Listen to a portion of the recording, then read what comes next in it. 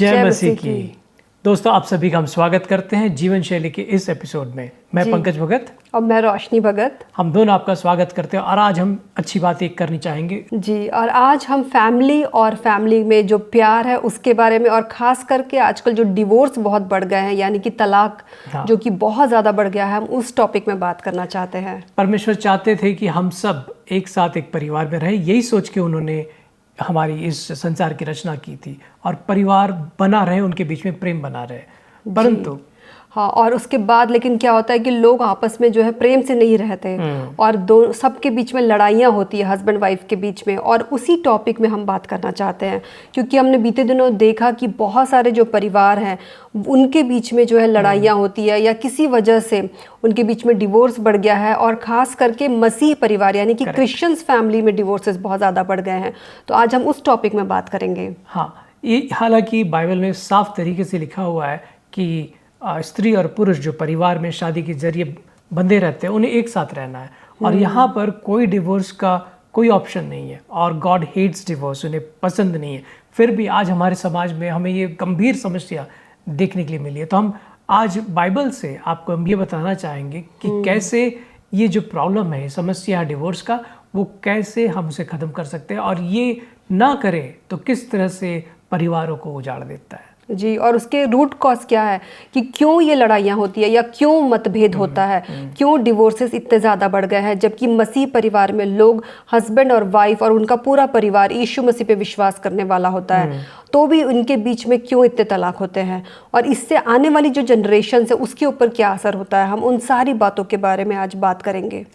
देखिए, प्रॉब्लम्स तो बहुत सारे हैं। अगर इसमें अब देखा जाए तो कई वजह है, और इस पे अगर कोई डिवोर्स हो जाती है तो उससे आने वाले प्रॉब्लम्स बहुत सारे हैं। आपके जिसका डिवोर्स होता है उसका खुद का जीवन में इतनी परेशानियां रहती है, लोनलीनेस रहता है, वो दुख सा महसूस करते हैं, उनके बच्चों पे जो असर होता है। लेकिन ये ना हो, इसलिए आज हम इस बात पर, बहुत सारी वजह होती है, तो हर एक के ऊपर हम थोड़ा थोड़ा समय देंगे। किसी एक के ऊपर गंभीर से हम उसी के ऊपर बात नहीं करेंगे, बल्कि एक ओवरव्यू देखते हैं कि क्या क्या हो सकता है। ये जानने से फ़ायदा ये होगा रोशनी कि हमारे जो दर्शक है जो इस चीज़ को देख रहे हैं, हम इन लोग के बीच में मैं जानना चाहूँगा कि वो लोग सावधान रहे, हम सब सावधान रहे। जैसे कि सामने अगर आपको पता है कि खाई है, सामने पता है कि वहाँ खतरा है, तो वो सावधानी हम आपको बताना चाहते हैं। और हम ये बताना चाहते हैं एफिसियों 5:25 से, सबसे पहली बात जिम्मेदारी पुरुष की है, यानी कि पति की है। उसमें लिखा हुआ हस्बैंड लव योर वाइफ्स। सो पतियों से कहा जाता है कि अपने पत्नियों से प्रेम करें। कैसा प्रेम करें? जैसा क्राइस्ट ने चर्च से प्रेम किया और अपने आप को उसके लिए दे दिया। हमारे समाज में ये बताया जाता है कि पत्नी को सब कुछ त्याग करना पड़ता है अपने रिश्तों के लिए, पर बाइबल क्या कहता है कि हस्बैंड्स ऐसा करो जैसे मसीह ने कलीसिया के लिए किया। बिल्कुल। और अगर इफिसियों का अगर 5:28 भी पढ़े तो वहां पे भी लिखा हुआ है कि पति अपनी पत्नियों से अपने शरीर के समान प्रेम रखे। जो अपनी पत्नी से प्रेम रखता है वो आप से प्रेम रखता है। ये तो पतियों को कहा गया। और पत्नियों के लिए कुलूसियों में लिखा गया है 3 अध्याय का अगर 18-19 पढ़ते हैं तो वहां पे लिखा हुआ है कि हे पत्नियों, अपने पतियों के अधीन रहो जैसा कि प्रभु में उचित है, और हे पतियों, अपने पत्नियों से प्रेम रखो और उनके साथ कठोरता ना करो। इसके ऊपर थोड़ी देर रुकना चाहूँगा, क्योंकि जब ये बात सामने आती है कि हे पत्नियों अधीन रहो, अधीन यानी कि किसी के अंदर रहना, अब इसका अलग मतलब निकाला जा सकता है। यानी कि पति ये कह सकता है कि तुम मेरे गुलाम हो, तुम मेरी बात सुनो, तुम मेरे अधीन रहो, मैं जो कहूँगा वही करो। लेकिन इससे पहले क्या आपने ये नहीं सुना कि पतियों से क्या कहा जाए कि इतना प्रेम करो कि यीशु मसीह ने जैसे कलीसिया के लिए खुद को दे दिया। तो क्या आप जिसके लिए अपने प्राण दे सकते हो उसके साथ आप ऐसा व्यवहार करोगे? और जहाँ पे अगर हम इसी बात पे अगर टिप्पणी करें तो हो सकता है कि जहाँ पे जब पत्नियों को लगता है कि मेरा पति मुझसे इतना प्रेम करता है कि वो जैसे कि यीशु मसीह ने हमसे प्रेम किया और मेरा पति मेरे लिए कुछ भी कर सकता है, तो वो औरत अपने आप अपने पति के अधीन होना चाहेगी। वो अपने पति की बातों को सुनना चाहेगी, उसका रिस्पेक्ट करना चाहेगी।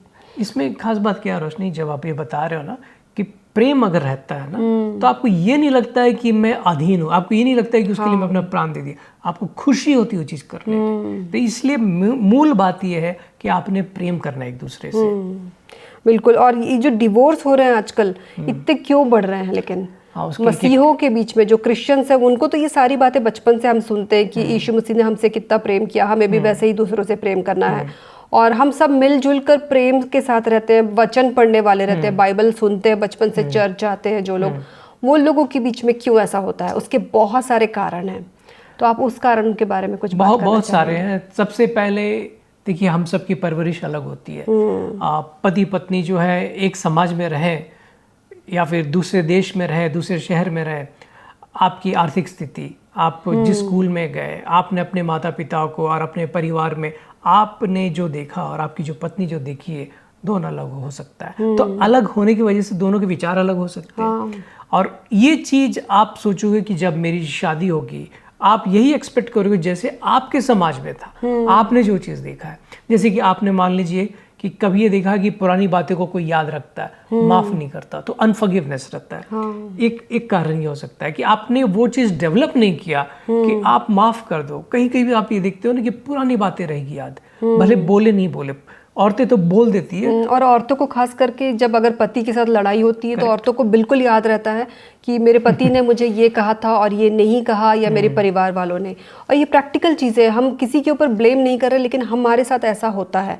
और हम इतना उस चीज़ों में इतना ज़्यादा इन्वॉल्व हो जाते हैं कि हम किसी को क्षमा नहीं कर पाते। जबकि बाइबल में लिखा है कि परमेश्वर हमसे कहता है कि हमें दूसरों को माफ़ करना है जैसे कि हमारे गुनाह क्षमा किए गए। लेकिन ये बोलना बहुत आसान है, लेकिन करना उतना ही मुश्किल है। लेकिन अगर हम प्रार्थना करके प्रभु से सामर्थ्य मांगे तो हमें प्रभु सामर्थ्य देगा कि हम दूसरों को क्षमा कर पाए, अपने पति को, अपने परिवार वालों को क्षमा कर पाए। इसमें एक और बात बताना चाहूँगा कि देखिए, जैसे आप बोल रहे थे ना कि बोलना आसान है, करना मुश्किल है। करना मुश्किल तब है जब आपके अंदर वो ना ईगो रहता है कि मैं क्यों झुकूं, मेरे साथ ऐसा हुआ, मैं तो बड़ा हूँ। आपको परमेश्वर ने क्या सिखाया? परमेश्वर यीशु मसीह ने हमें ये सिखाया कि आपको मिनिस्ट्री में रहना, सेवकाई करनी है। किसकी? अपने साथ जो लोग हैं उनका। तो क्या मसीह जो खुद अपने शिष्यों के पैर धो रहे थे, वहां पर वो अपना ईगो नहीं देखे? और वो जब आपको किसी के साथ जोड़े हैं, वहां पर हम ईगो क्यों देखते हैं? अक्सर हमारे समाज में, हमारे देश के समाज में ये देखा जाता है कि पति बहुत अपने आप को ऊंचा मानते हैं। यानी कि हम पैसा कमाएंगे, थक के हम आएंगे, जैसे कि घर में औरतें नहीं थकती है, हम आएंगे घर में और हमारी सेवा, बस हम बॉस से हम ऊपर है। ये नहीं होना चाहिए। हमारे अंदर वो ईगो ना बराबरी की होनी चाहिए। हमें ये भी सोचना चाहिए, मैं ये बात भी बताना चाहूँगा, बहुत कम आप ये बात सुनते होंगे लोगों में, कि पुरुष जो है ना वो ज़्यादा फिजिकली स्ट्रांग होता है, उसके पास शारीरिक शक्ति ज़्यादा है, तो परिश्रम भी वही ज़्यादा करे। तो बाहर से अगर आप थक के भी आए हो, आपके अंदर फिर भी ताकत है कि आप घर में भी काम कर सको। तो मैं ये बताना चाहता था कि ईगो को, हमारे समाज में मेल ईगो ज़्यादा है। मैं क्यों झुकूं, आप देखते होंगे कि मूवीज में भी ये बात बहुत बढ़कर दिखाया जाता है कि मेल को हमेशा और पुरुषों के साथ मतलब ऐसा रहता है, पुरुषों के साथ ऐसा रहता है कि हस्बैंड के साथ ऐसा रहता है कि औरतों को कुछ भी बोल सकता है। ये चीज हमें कम करना, ये मैं पुरुष की बात बता और हो सकता है कि सामने वाले की गलती हो भी और हम उसे क्षमा ना कर पाए, लेकिन उस टाइम पे हमें प्रार्थना करनी है, प्रभु से मांगना है कि प्रभु हमें इतना सामर्थ्य दीजिए और इस सारी लड़ाइयों को आप शांत कराइए, ताकि हम सामने वाले को अपने, जैसे अगर पत्नी की बात है तो पत्नी अपने पति को क्षमा कर पाए और पति जो वो अपनी पत्नी को क्षमा कर पाए।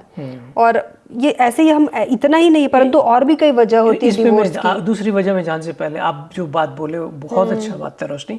मैंने तो ये बताया कि ईगो, ठीक है, और मैंने ये बताया कि क्यों होता है। आपने ये बताया कि उसको कैसे सॉल्व करें। आपने ये बताया कि प्रार्थना के जरिए, अगर आप प्रार्थना करोगे और इस अपने, देखिए प्रार्थना में क्या है ना कि मन की बात प्रार्थना नहीं होती, सोची हुई बात प्रार्थना नहीं होती, बोली हुई बात, आपके लफ्ज निकलने चाहिए, आपकी आवाज आपके कानों तक पहुंचनी चाहिए, इतना कम से कम प्रार्थना होना चाहिए। जब आप प्रार्थना करोगे तब आपका ईगो कंट्रोल होगा। बहुत अच्छा, पवित्र आत्मा आपको शक्ति देंगी, करेक्ट, ताकि आप सामने वाले को क्षमा कर पाए। और दूसरा, जैसे कि अगर देखा जाए तो मतलब कि आजकल जो हमने देखा है कि क्रिश्चियंस फैमिली हो या अनबिलीवर्स हो या जो भी परिवार क्यों ना हो, उनके बीच में अगर डिवोर्स हो रहा है तो उसका एक और वजह होती है, वो होती है एडल्ट्री, या कह सकते कि इस तरीके का विश्वासघात जो कि व्यभिचार के द्वारा होता है। ऐसे जो कि विवाह के बाहर ऐसे संबंध बनाए जाते हैं जो कि परमेश्वर जिससे नफरत करता है। बाइबल बताती है कि हमारे जो 10 कमांडमेंट जो परमेश्वर ने हमको दिए हैं उसमें एक कमांडमेंट ये भी था कि जो है हमें डू नॉट कमिट एडल्ट्री, जिसमें कहा गया है व्यभिचार नहीं करना है। और बहुत आसान है आजकल के लोगों को व्यभिचार में पड़ना।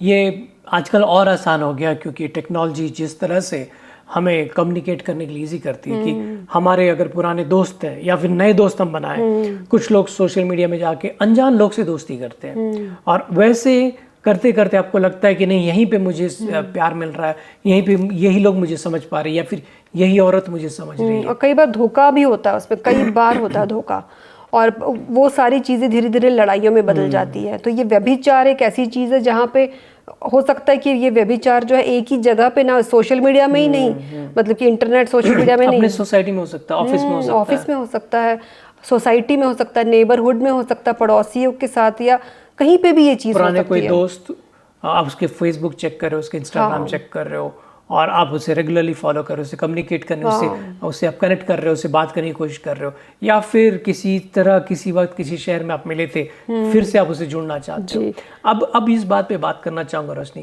कि ये वजह क्यों होता है, क्या ज़रूरत है लोगों को, ऐसा क्या खिंचाव रहता है। एक तो शैतान खींचने की कोशिश करता है, लेकिन इसमें शादीशुदा लोग कैसे पड़ जाते हैं इसमें, इस बारे में आप बात करना चाहेंगे। तो इस बारे में पहली बात मैं ये बताना चाहता हूँ कि जब भी आप अपने चीज़ों से नज़र अगर बाहर हटाते हो तो वो हमेशा तैयार है। दाऊद के बारे में आपको पता होगा, जिस वक्त उसे जो काम करना था वो नहीं कर वो कुछ और कर रहा था, तभी उसकी नज़र औरत पे पड़ी, एक गैर औरत पे पड़ी। तो पुरुष को मैं ये बताना चाहता हूँ, आपका जो परिवार में जिम्मेदारी है, आपको जीवन में जो जिम्मेदारी है, उससे हटकर अगर आप पल भर के लिए भी अलग होकर कुछ करने की कोशिश करोगे तो शैतान वहां आपको पूरी उम्र सजा देने के लिए खड़ा है। बिल्कुल। और ऐसे कुछ लोग इस तरीके से इसमें पड़ जाते हैं कि वे झूठ बोलने लग जाते हैं और अपने ईमानदारी को छोड़ देते हैं, सच्चाई नहीं रहती उनके अंदर, कोई भी प्रकार के वो लॉयल नहीं रह पाते अपनी पत्नी या पति के साथ, और वो धीरे धीरे वो झूठ जो है वो एक दूसरे से छुपाने लगते हैं। पति से अपने पैसों को छुपाती है, अपने परिवार को पैसा देती है, और मतलब इस तरीके की चीजें कॉमन पाई पैसा देना, अगर मान लीजिए कि पति पत्नी है और पत्नी के घर में पैसे की जरूरत है, ठीक है, मैं ये सोचता हूँ कि अगर पति के घर में पैसे की जरूरत है और वहां दिया जा सकता है, तो पत्नी के घर में पैसे की जरूरत है तो वहां भी दिया जा सकता है। इसके लिए दोनों को साथ मिलकर खुले रूप से करना, ऐसे नहीं चुपके से आप पैसे दे दो। आपको पता रहना चाहिए परिवार में दोनों के अंदर, तभी विश्वास होता है। देखिए, विश्वासघात कब होता है, जब आप चुपके से करते हो। तो छोटी सी चोरी बड़ी हो जाती है। आज आपने थोड़े से पैसे दिए, कल वहां उम्मीद बढ़ गई, कल जरूरत पड़ेगी, आपको देना है, आपने पहले चर्चा नहीं की तो आप दोबारा देते हो। अपने भाई को या परिवार में दोस्तों को, किसी को भी अगर आप पैसा अगर किसी को दे दी, मैं एक ही चीज बता रहा हूँ, ऐसे बहुत सारी चीज होती है, तो दोनों के बीच में एग्रीमेंट बनाना पड़ता है। ये नहीं बनता नहीं है, बनाना पड़ता है, दोनों कम्युनिकेट करना पड़ता है। अगर मुझे पैसा देना है कहीं तो मैं आपसे पूछूंगा, आप मेरी वाइफ हो, मेरी पत्नी हो, मैं आपसे पूछूंगा क्या मैं ये कर सकता हूँ। और साथ ही कई बार ऐसा होता है कि जो पति पत्नी है उनके बीच में इतनी सारी चीजें जो वो लोग आपस में छुपाने लगते हैं किसी से, जैसे कि हमने डिस्कस किया कि ऑनलाइन चैट करने लगते हैं, एक दूसरे को धोखा देने लगते हैं। तो ये सारी चीजें बहुत ज्यादा कॉमन हो गई है। करेक्ट।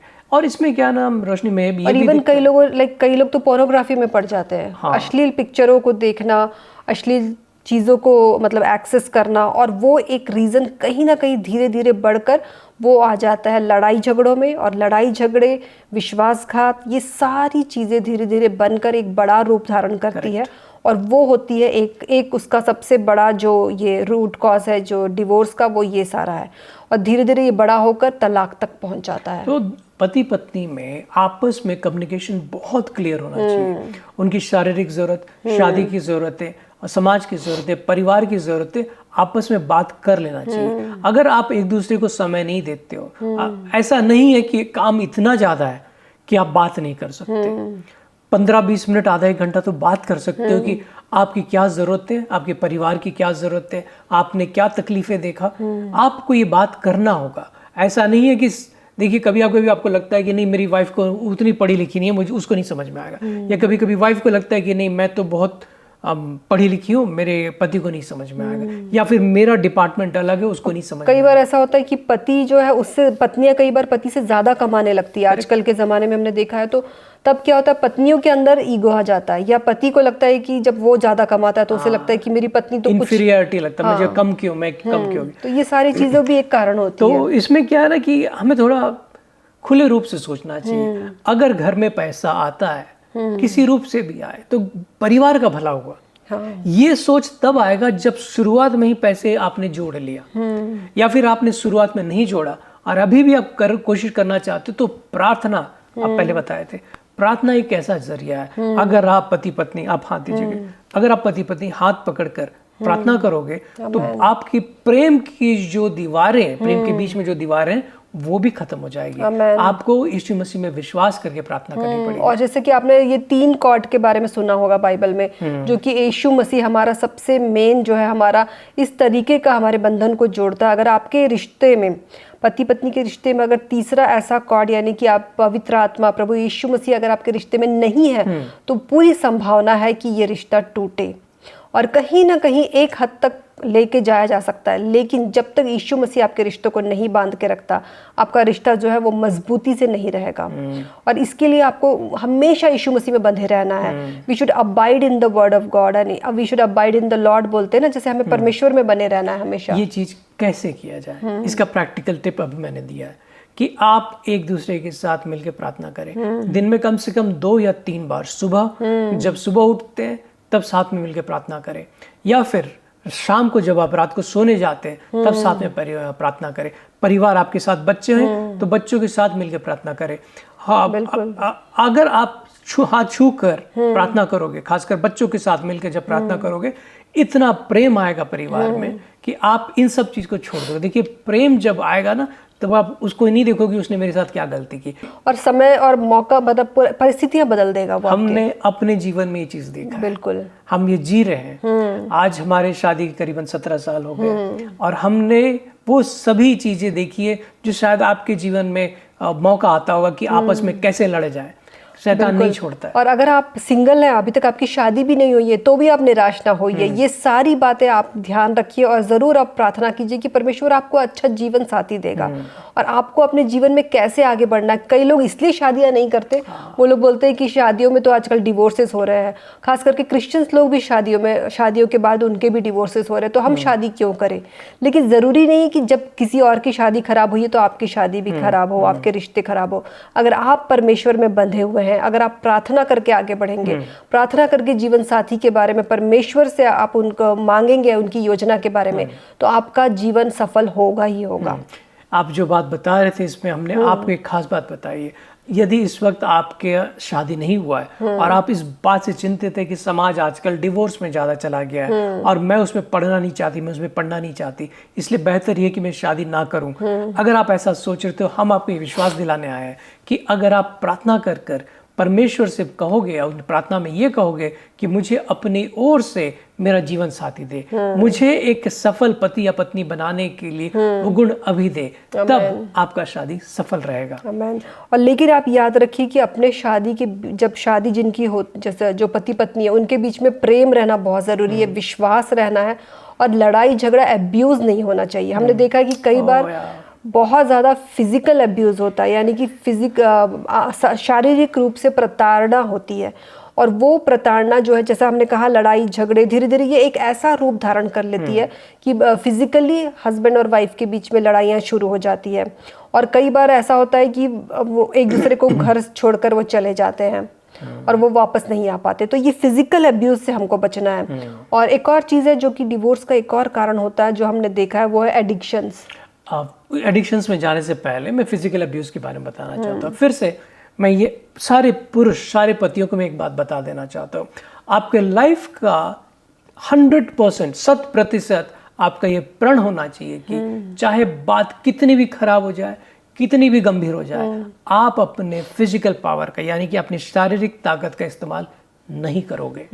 थोड़ा सा भी गुस्से में आकर हाथ यूं उठाना, हाथ चला देना, वो तक नहीं होगा। आपके हाथ, जब आप बहस करो, बहस का हो सकता है शादी में, जब आपके बीच में हो रही हो, तो आप उत्तेजित ना हो, अपने हाथ को हमेशा नीचे रखें, क्योंकि कभी हाथ खड़ा ना हो, इस बात का ध्यान दें। पुरुष कभी भी अपने शारीरिक ताकत का इस्तेमाल ना करें। और औरतों से भी मैं कहना चाहूंगी कि अपने औरतों के पास भले ही शारीरिक ताकत पुरुषों से थोड़ी कम होती है थोड़ी बहुत, लेकिन उनके पास जुबान की ताकत बहुत ज्यादा होती है। और औरतें जो है, जब वो शारीरिक रूप से अगर अपनी ताकत को नहीं प्रदर्शित कर पाती, तब वो जुबान से लड़ती है और जुबान से वो दूसरों को बुरा भला कहती है, अपने पति को वो लज्जित करती है।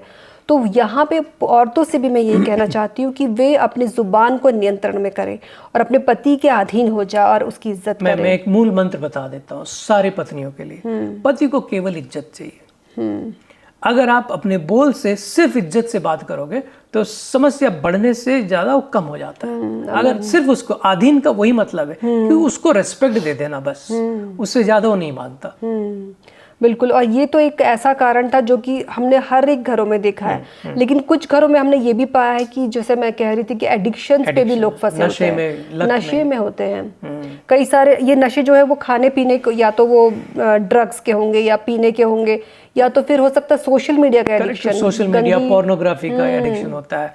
अब ये एडिक्शन क्या होता है ना, नशा हो जाता है, यानी कि आपके शरीर को, आपके सोच को उस चीज का एक वहम सा आदत हो गया है, आदत हो जाती है कि उसको लगता है कि जैसे चाय का नशा, चाय का आदत हो गया तो एक तरह का नशा है, हल्का नशा है, उसके बगैर लोग रह नहीं पाते। जब आप किसी चीज के बगैर रह नहीं पाते और वो जरूरत नहीं है, वो परमेश्वर की ओर से नहीं है, तब उसे हम नशा कहते हैं। और साथ ही जैसे कि ये तो हो गई नशा और एडिक्शन की बात, कुछ कारण ऐसे भी है जो आमतौर पे हमने देखा है, वो है फाइनेंशियल प्रॉब्लम्स, यानी कि आर्थिक समस्या का सामना करना पड़ता है। और उसके बीच जब एक परिवार जो है जिनके बीच में आर्थिक समस्या का सामना कर रहे हैं वो लोग, तो आपस में लड़ाइयाँ, झगड़े और क्या क्या बहुत सारा स्ट्रेस हो जाता है।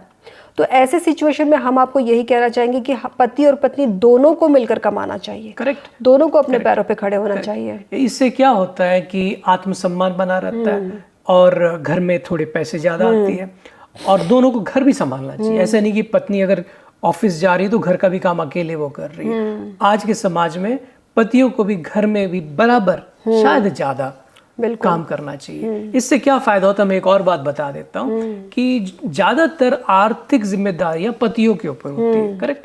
फाइनेंशियल नीड, जितने भी पैसे कमाने, ज्यादातर इधर होता है। और लाइफ तो अनस्टेबल है।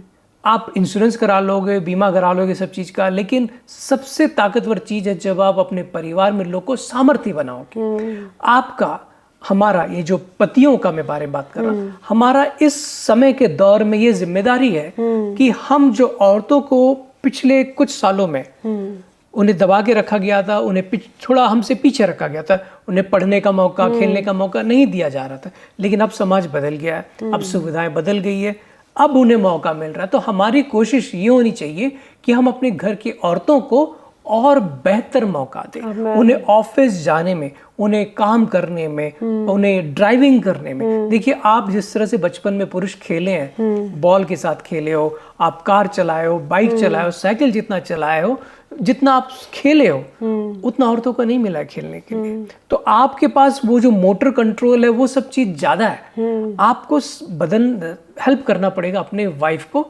अपने परिवार में औरतों को आगे बढ़ाने के लिए। जी। तो हमने देखा कि जिस तरीके से हमने सुना कि पतियों को और पत्नी दोनों को कमाना जरूरी है, तो हमें ये भी सोचना है कि अगर पत्नियां भी जब अपने पैरों पे खड़ी होंगी तो घर का ही बिल्कुल हेल्प होने वाली है। बच्चों के लिए आप फीस पे कर सकते हैं, या परिवार को अच्छे से चला पाएंगे जब दोनों मिलकर, ज्यादा सुविधाएं घर में बिल्कुल, अगर आप दोनों मिलकर कमाते हैं तो। लेकिन ये तो एक हो गया, ये एक ऐसी कह सकते कि ऐसा बात जहाँ पे हम रिश्ते और डिवोर्स के बारे में कह रहे हैं। लेकिन जो ऐसे भी बातें होती परिवार में, अगर देखा जाए तो खास करके जॉइंट फैमिलीज में, जहाँ पे पति पत्नी के साथ उनके परिवार वाले भी होते हैं, रिश्तेदार होते हैं, और पत्नियों के साथ उनके सास ससुर या पति के साथ उनके सास ससुर जो रहेंगे, तो उनकी वजह से भी घर में काफ़ी सारा तनाव बढ़ जाता है। क्योंकि रिश्तेदार हमेशा बीच बीच में, मतलब हो सकता है आपके विचार आपके रिश्तेदारों से ना मिले। वो इसलिए होता है ना क्योंकि आपकी पीढ़ियां अलग है। आपने तो तय कर लिया कि हम दोनों को साथ में रहना है, ठीक है, परंतु आपके पेरेंट्स ने ये तय नहीं किया कि हमें उनके साथ रहना है, वो मेरी बेटी है। जितना सीरियसली आप लेते हो अपनी शादी को, हर पेरेंट उतना सीरियसली अपनी बहू को या दामाद को नहीं लेते। उत्पत्ति 2:24 में ये लिखा हुआ, आप जाके देख लीजिए। हम अपनी तरफ से नहीं बता बिल्कुल, लेकिन इसका मतलब यही नहीं है कि वो अपनी पत्नी से ही मिला रहेगा और माँ बाप के लिए कोई रिस्पॉन्सिबिलिटी नहीं रहेगी। उसके लिए उनके माँ बाप की भी रिस्पॉन्सिबिलिटी रहेगी, लेकिन अपने सबसे पहला पुरुष का ये काम होता है कि वो परमेश्वर को प्रथम स्थान दे, उसके बाद अपनी पत्नी को सेकंड प्लेस दे, उसके बाद आते हैं बच्चे और बच्चों के बाद आते हैं पेरेंट्स या फिर बाकी पूरे रिश्तेदार। तो इस तरह से आप समझिए। और मैं घर के बुजुर्गों को भी ये सलाह दूंगा कि आप जहां तक हो सके आप सिर्फ मार्गदर्शक बनिए। आप उसके बीच में मतभेद लाएं और जबरदस्ती करें और हर बात में अपना सोचना बताएं। आप सिर्फ ये बताएं कि क्या सही क्या गलत, और थोड़ी देर के लिए बताएं, बस ऊपर ऊपर बताएं। आपको बताने का पूरा उम्र मिला था। आपका बेटा जब बड़ा हो रहा था आपने सब कुछ सिखा दिया। अगर वो अब भी नहीं सीखा है तो कहीं ना कहीं अब आपको सिखाने का वक्त खत्म हो गया है। आप सिर्फ याद दिला सकते हो, उसमें कैसे करना हो डिटेल में नहीं जाना चाहिए। बिल्कुल। तो परिवार को भी, रिश्तेदार वालों को भी, मतलब पति पत्नी के साथ तो उस तरीके से प्यार से व्यवहार करना है और थोड़ा खाली मार्गदर्शन बन के रहना है, उसमें इन्वॉल्व नहीं होना है हमें। और एक और चीज़ है जो मैं बोलना चाहती हूँ कि कई बार ऐसा होता है कि हमने देखा है कि कई लोगों की यंग एज में शादी हो जाती है, और वो एक कारण होता है जहाँ पे वो जो बहुत यंग होते हैं जिनकी शादियाँ होती है, वो लोग समाज को, परिवार को, फाइनेंसेस को मैनेज करना नहीं जान पाते, और इसीलिए उनके बीच में मिसअंडरस्टैंडिंग होती है और तब होता है उनके बीच में डिवोर्स। क्योंकि यंग एज में ना ख्वाब काफ़ी अच्छे होते हैं और ज़िंदगी से ये उम्मीद होती है कि सब कुछ अच्छा रहेगा, लेकिन जब शादी हो जाती है तो ख्वाब खत्म होता है, आंखें खुल जाती है, आप नींद से उठते हैं और सच्चाई का सामना होता है। तो अगर आपकी शादी कम उम्र में होती है, किसी की शादी कम उम्र में होती है, तो उनमें वो मैच्योरिटी नहीं आता, वो उतने बड़े नहीं होते कि सच्चाई का सामना कर पाए। हर चीज़ वैसा नहीं होता जो शादी से पहले है। अब आपके पास जिम्मेदारियां हैं, अब आप अपने पति या पत्नी के दूसरा पहलू भी देखोगे। अब तक तो एक तरफ ही दिखा आपने, अब आपको पता चलेगा कि दूसरी तरफ क्या है। साथ में रहने की ये बहुत जरूरी है कि आप थोड़े मैच्योर हो। और कई बार ऐसा होता है कि बहुत हाईली एक्सपेक्टेशंस रहते हैं, जो एक्सपेक्टेशन मीट नहीं हो पाते, मिल नहीं पाते, और उसकी वजह से भी बहुत सारी मिसअंडरस्टैंडिंग्स बढ़ जाती है। वो हाई एक्सपेक्टेशंस क्या होता है ना, सोशल मीडिया से भी बहुत इन्फ्लुएंस होते हैं। हम सोशल मीडिया में देखते हैं कि सबके लाइफस्टाइल अलग है। आप ये स्टोरी देखते हो कि उसने इतने पैसे खर्च किए, उसने ऐसे गिफ्ट दिया, वो अब पता नहीं वो सच है या नहीं, हो भी सकता है सच है, लेकिन आपकी सच्चाई कुछ और है। आप अपनी तुलना किसी और से ना करें। तो ये जो इन्फ्लुएंस होता है कहीं और से, वो चीज आपके परिवार में और शादी में ये बात ला सकती है। बिल्कुल। तो हमें इस सारे डिवोर्सेस के बारे में हमने सुना कि क्या इसका रूट कॉज है, लेकिन इसका सॉल्यूशन क्या है। सॉल्यूशन में हमने जाना कि सबसे पहले कि आपस में मिलकर प्रार्थना करनी है, प्रार्थना करना है, यीशु मसीह में रहना है और यीशु मसीह को आमंत्रित करना है हमारे जीवन में। और दूसरी चीज़ जो हम ये कहना चाहते हैं कि अगर आपके बीच में अगर इतनी लड़ाइयाँ बढ़ गई है कि आप किसी से मतलब बोल भी नहीं पा रहे, तो हम आपको सजेशंस देंगे कि अगर आपके बीच में तनाव बढ़ गया है या रिश्तों में ऐसा हो गया है कि दरार हो चुकी है, तो आप अपने चर्च के पास्टर से या लीडर से ज़रूर बात करें, या अपने परिवार के मुखिया से, जो आपके परिवार के जो बुजुर्ग हैं उनसे ज़रूर बात करें। और अगर आप किसी से भी नहीं कर सकते तो कोई काउंसलर से मिलिए, लेकिन ये बहुत ज़्यादा बढ़ने से पहले उसे रोक दीजिए। बात बढ़ने से पहले आप रोक दीजिए। वैसे तो बहुत सारी वजह हो सकती है डिवोर्स की, बाइबल से अलग रहने से हो सकता है, बहुत सारी बातें हो सकती है, और उन सब चीज का हमारे पास समय कम है, इसलिए उन सब चीज का हम एक ही चीज बता सकते हैं कि अगर आप प्रार्थना करें, साथ मिलकर प्रार्थना करें, तो इन सब चीज का एक ही हल है।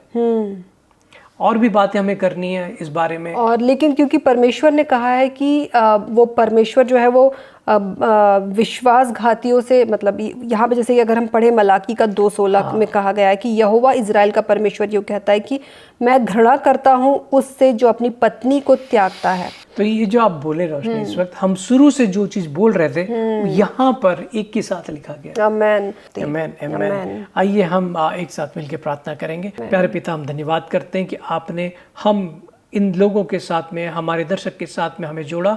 हम प्रार्थना करते हैं प्रभु कि आपकी शक्ति, आपकी वचन की शक्ति हमारे सारे लोगों तक पहुंचे प्रभु। आज हम आपके प्रेम बांटने आए हैं प्रभु। हम प्रार्थना करते हैं कि इन सब लोगों को तो छू, ताकि इनके रिश्तों में प्रेम आए, इनके परिवार में प्रेम रहे प्रभु। जी, और इनकी पूरी जनरेशंस को आप आशीषित कीजिएगा प्रभु, इन्हें सुरक्षित रखिएगा प्रभु। धन्यवाद करते हैं। ये प्रार्थना हम यीशु मसीह के नाम में मांगते हैं। आमेन आमेन। आमेन। हमें उम्मीद है कि आपको हमारे ये कार्यक्रम पसंद आया होगा। बहुत सारी और बातें करनी है, हम अगले एपिसोड में कर लेंगे। हम मिलेंगे अगले एपिसोड में, तब तक के लिए जय मसीह की।